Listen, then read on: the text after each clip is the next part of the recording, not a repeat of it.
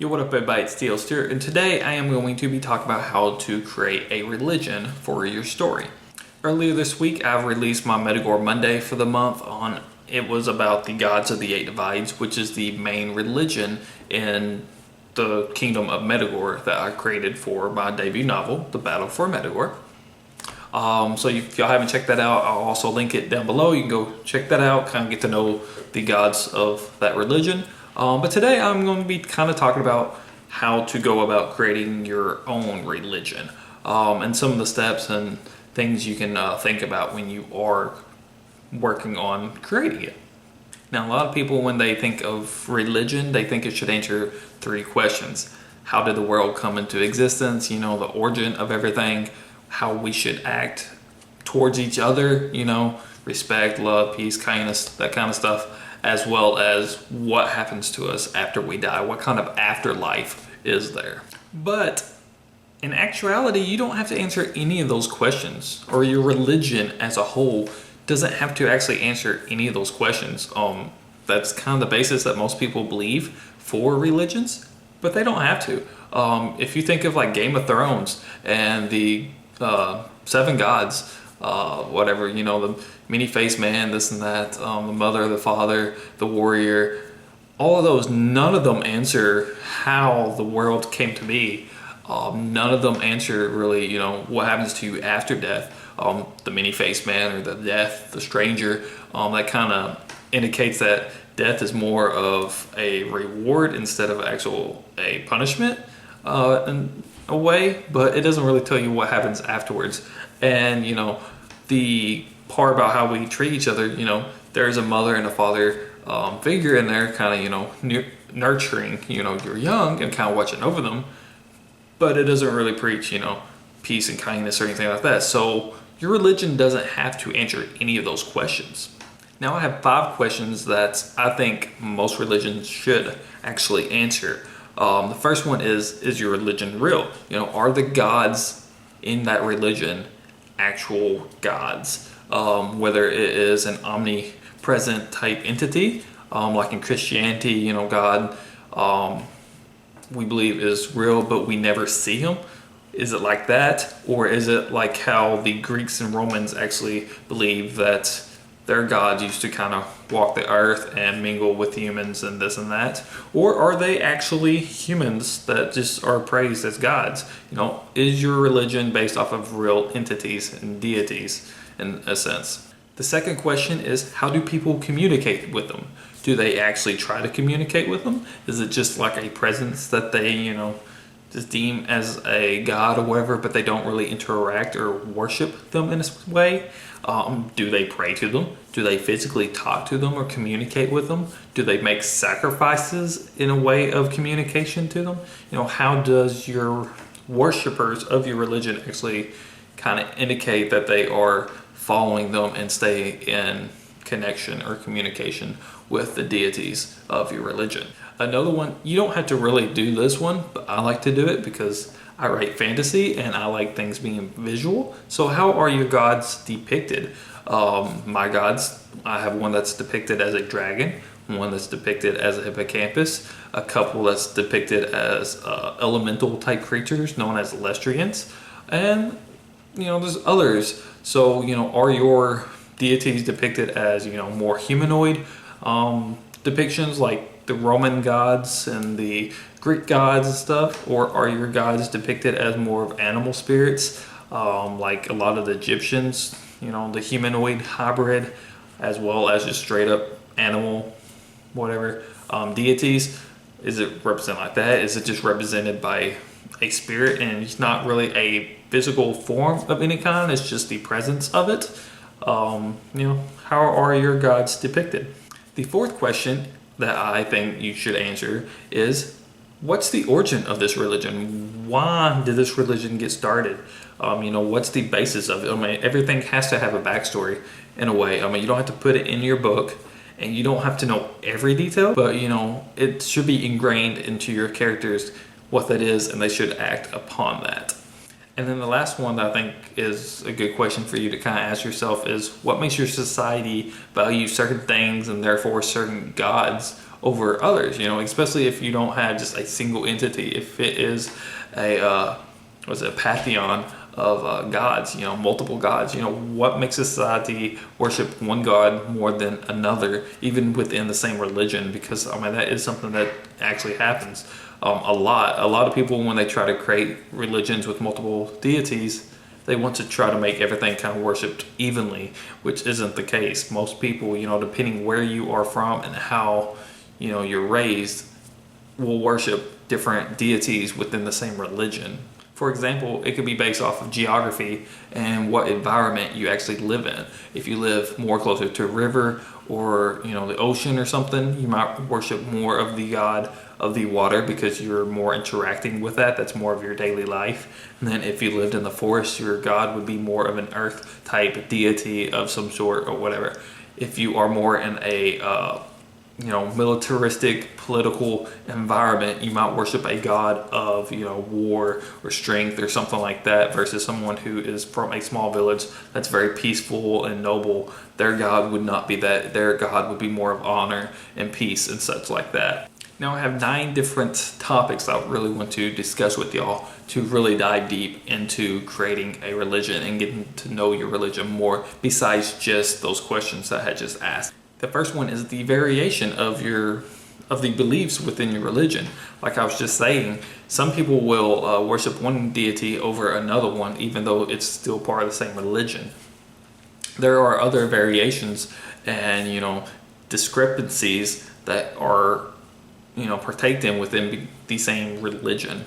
One is like with Christianity and all the different denominations, you can have a single source of text, religious text that your society reads, the worshipers read, they know, they study, and that helps them, you know, connect with their deities and know more about them. But particular societies and groups of people might focus more on a particular text over another, while somebody else would, you know, focus on more of a different text, which is all within the same, you know, text as a whole, but they are picking out smaller portions of that same text, which, like I said, with Christianity, all the different denominations, that's basically what that is.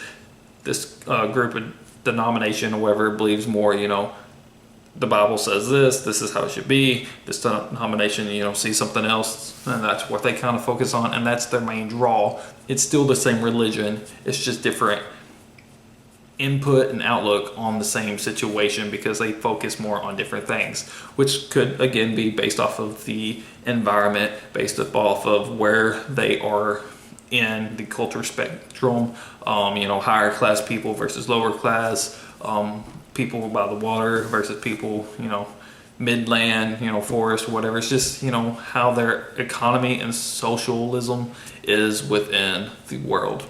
As well as, you know, people can read stuff and, you know, misinterpret it or interpret the same line different ways. It's just perspective.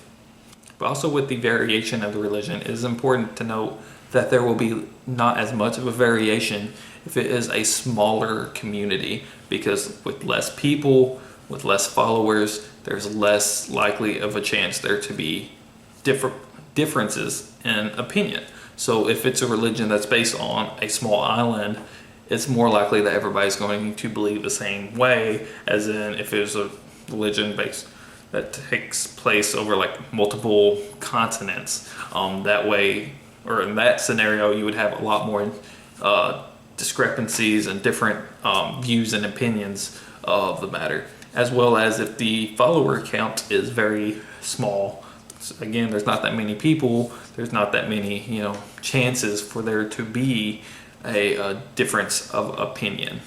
And that comes across a lot, you know, with newer religions. So if the religion is not that old, then it hasn't had as much time to develop those different views within its worshipers. The next topic I want to talk about, kind of short, again, I'll be kind of talking about Christianity a little bit, but it is about how your religion spreads. Christianity kind of developed in Europe, maybe a little bit of northern Africa and such, and that region, but it's spread all the way across the world. And the way that happens is they basically engulf other religions. It is a lot easier to make people start believing the way you believe if you incorporate their beliefs into your religion. This doesn't happen a lot with single entity or deity religions, because people don't want to worship just that religion or just that one deity when they are used to worshiping multiple. But if the case is that there are multiple deities that people worship, they're more likely to accept another one being brought into them. So you try to get a Christian to believe a religion that has multiple deities, it's harder to convince them than if you have someone who worships like 100 different gods, and then you're like, yeah, here's another one. They're like, okay, what's the difference? Just an extra one being thrown in there, and they are still allowed to worship the same ones that they have been, plus they have someone else they can choose from, in a sense. This is also what happened with a lot of the holidays like Christmas and Easter, and a bunch of other Christian holidays, but they are originally pagan holidays. And anybody that doesn't know what a pagan is, I know that term gets thrown around a lot in religion or religious talks or whatever, especially by Christians. Paganism isn't a religion. Paganism isn't a group of people in general. Paganism is anything that's not Christian. It's just a term that I think the Roman Catholics developed to kind of talk bad about non-Christians back in whatever time period that was. That's how Christianity spread. They took other religions, they kind of engulfed them, adapting their beliefs and views and such, so that they could still feel like they were still believing in worshiping the same gods that they was already worshiping, but also kind of translating it into Christianity so that their view was spread across more of a cultural plane, so they could have more followers. The next one is religion and the culture of your world that the religion is taking place in. Like I mentioned earlier, there can be different, interpretations and different deities worshipped over a different deity just because of the environment and the culture that your followers are in. People in your society could worship different deities within the pantheon based off of economic placement, their geography, the political scheme of their surrounding areas, and because of that they might place one god higher than another in importance, even if the religion itself doesn't really place that god above any other god. And just as religion shapes a community and culture or whatever, if it's a very dominant aspect of that world, it can shape how your culture and your politics and your economy and everything else runs and is developed. Your culture also shapes your religion. Like I was talking about earlier, things change, people change, the geography is different.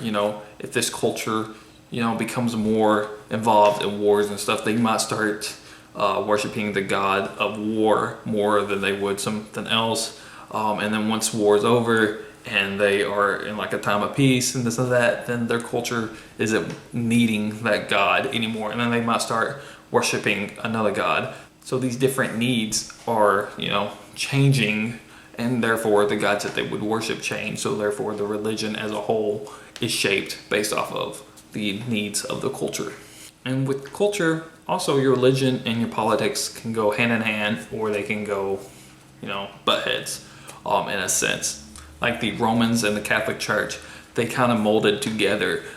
They put politics and religion together and molded, and their main political power was also the leader of their church, in a sense. And that kind of goes hand in hand, molding in how the culture is shaped and this and that. But also you could have your religion and your politics at odds with each other, where your main people that are the head of your church or your religion or whatever, and your people that's head of the politics always fighting for control. And if the religion says this is right but the politics wants this to be right, but the religion also says what the politics want is wrong, this and that. They are always fighting for control over the economy and the culture. And the next one is narrative tension and mythopia. I think I pronounced that right. I don't know. Do your deities live and die by worship? I mean, if so, if they are worshipped more, and, does that make them stronger? Do they, really protect them and really, care and give back to the community? And then if they aren't worshipped, do they cease to exist? Do they die if they don't have any worshipers? Take American gods, for example. I think that's a good, example of that. You got Odin and these old gods that aren't really worshipped that much anymore, so their control has dwindled down, and if they don't have any worshipers, they die. And then you got all these new gods like the internet and cars and technology and all that stuff. Their followers are gaining, so therefore they are more powerful in a sense, in that aspect. So do your gods do that? Do they have to have people worshiping them for them to stay relevant or to even stay alive? And if they do, that could also draw that culture divide, because certain people are worshiping a certain god, and then, they are trying to keep their god alive in a sense. And if, these other people are trying to push their god upon them, they're basically trying to kill their god, and they don't want that, so that tension is built up there. Also, I can't think of an example right now, but I know I've seen it in some books before. But do your gods actually change based off their worships? I know I've read a book before, I can't think of it at the moment, but the gods were these peaceful, did miracles and stuff with their magic, and was always giving. But people quit worshiping them, and as they quit worshiping them, the mindsets of these gods darkened, and they became basically demons, and they started to torture people and burn down villages and really be vengeful and display their wrath and such. It wasn't out of spite. They became demons, and they fed upon souls and such. The next topic is religious tropes and models you could kind of base your religion off of to kind of give you an outline or a blueprint on how to build your religion. One is a duology. Not duology as in, books, 2 books in a series or, whatever. But a duology as in a good and a bad entities. Like with Christianity, you have angels and demons. You have these good entities or deities, and you have these bad deities in a sense. They don't have to be all gods, but they are on different spectrum or different sides of the spectrum. The reason why a lot of people use tropes and models of real religions to kind of develop theirs as like a blueprint is because it is something your readers are already somewhat familiar with. They are already aware of these different interactions, these different builds, and these different types of gods and deities and this and that. So they are already familiar with it. But if you base your religion solely upon what the Greeks did, or solely upon what the Romans did, or solely upon Buddhism or anything like that, if it is strictly based off of that religion, your readers would get to start feeling like they are just getting a rip-off version of that religion. It's just like you took that religion, just changed the names, and you don't want that. What you want is to take some of one type of religion, mix it with another one, so it gets that unique flavor to it. You don't want it to be exactly like something, even if you're like, well, this needs to be kind of based off of a Greek world of sorts. You can base it heavily off of the Greek religion, but also throw in some stuff and tropes from other religions to kind of give it a unique feel. And then the last thing I want to talk about is character development. Your religion and your story can be great, world building's amazing, but it's your characters that drive the story. It's your characters that are really going to display the religion and aspects of it, whether it is good or bad, whether they actually worship that religion or if they don't. Your character is what actually drives and sells that point across. Because if you have a religion in your story and it has any kind of significance to the story, your character should be, tied into that in some way or affected by it in some way. And one way your character can be affected by it is their moral code. You know, they have moral based off of their religion, and maybe something's kind of hinders that or kind of questions that in a way, and your character is left to decide if they want to, you know, stay true to their religion and their morals, or are they going to, you know, break their moral code to do whatever for the sake of, you know, saving somebody or something like that. Or, you know, they could just, you know, not care. They don't like that religion. If they are either an atheist or, you know, something that's believes in a different religion that's not really important to the story, but they don't follow that religion. So you can kind of show their struggle and them battling that, and, you know, that strain on them. As well as if they don't believe in that religion, you can even explain, you know, why they don't follow that religion. What is it about that religion that they don't agree with or want to be a part of, or whatever like that? Is it more of a cult and less of a religion?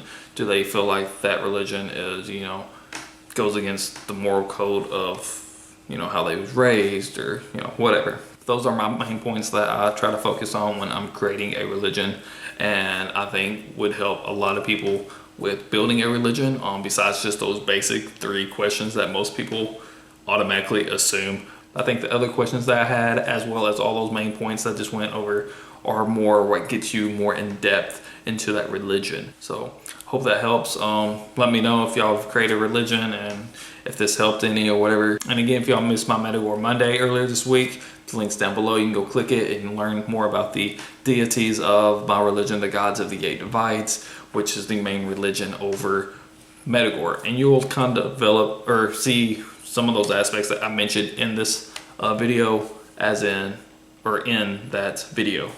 As in, Alberin used to have their own religion, and then they kind of adopted the gods of the 8 divides, like I was talking about earlier, with Christianity kind of engulfing these other religions, but still allowing them to worship some of what they had already worshipped and believed in, some of what they had already believed in, but, you know, kind of telling them this is what we do, we'll accept your beliefs in a way. So that happened within that religion, as well as you'll notice some other key factors that I went over today in that video. So just go check that out. Let me know what y'all think of that. And yeah, I guess that's about all this video. Give it a thumbs up, thumbs down. I don't care. You do you, I do me. Hit the subscribe button, hit the bell so you can get notifications when I do all these videos. I usually upload on Mondays, but this one isn't Mondays. So, you know, if you ring that bell, you'll know when I do a bonus video, as well as I do random writing sprints every so often. It's usually last minute. I usually try to make a post somewhere about 30 minutes in advance, but you know, I don't have a set schedule. But there is a list of authors down below you can go check out, and they do have a schedule down there, as well as when they typically do their live streams. Now, if somebody's sick or whatever, therefore, you know, we're not going to have it that day. But 9 times out of 10, that schedule's going to be pretty accurate, so you can go check that out. Follow them, you know, subscribe to them, support them, do whatever you got to do. And maybe I'll see y'all on some of those streams, because I will join on camera from time to time, depending on my day-to-day life. But yeah, besides that, I got Facebook, Twitter, Instagram, Pinterest, YouTube. I got a website y'all can go check out. I got a blog on there with different histories and stuff of my world from my Battle for METAGORE novel, as well as all the links to those down below, and all the links to buy the Battle for METAGORE is also down below. So you go check that out and support me and do whatever you want to do in regards of supporting me, whether it's just following me, subscribing, liking, buying my book. You know, if you sign up to my newsletter, you'll get the first 2 chapters of the Battle for METAGORE sent to you for free, so you can read it and see if it is something that you might be interested in. If not, then my feelings ain't gonna be hurt. I don't care. So yeah, that's about it. So peace out. Yelly. Everybody love everybody.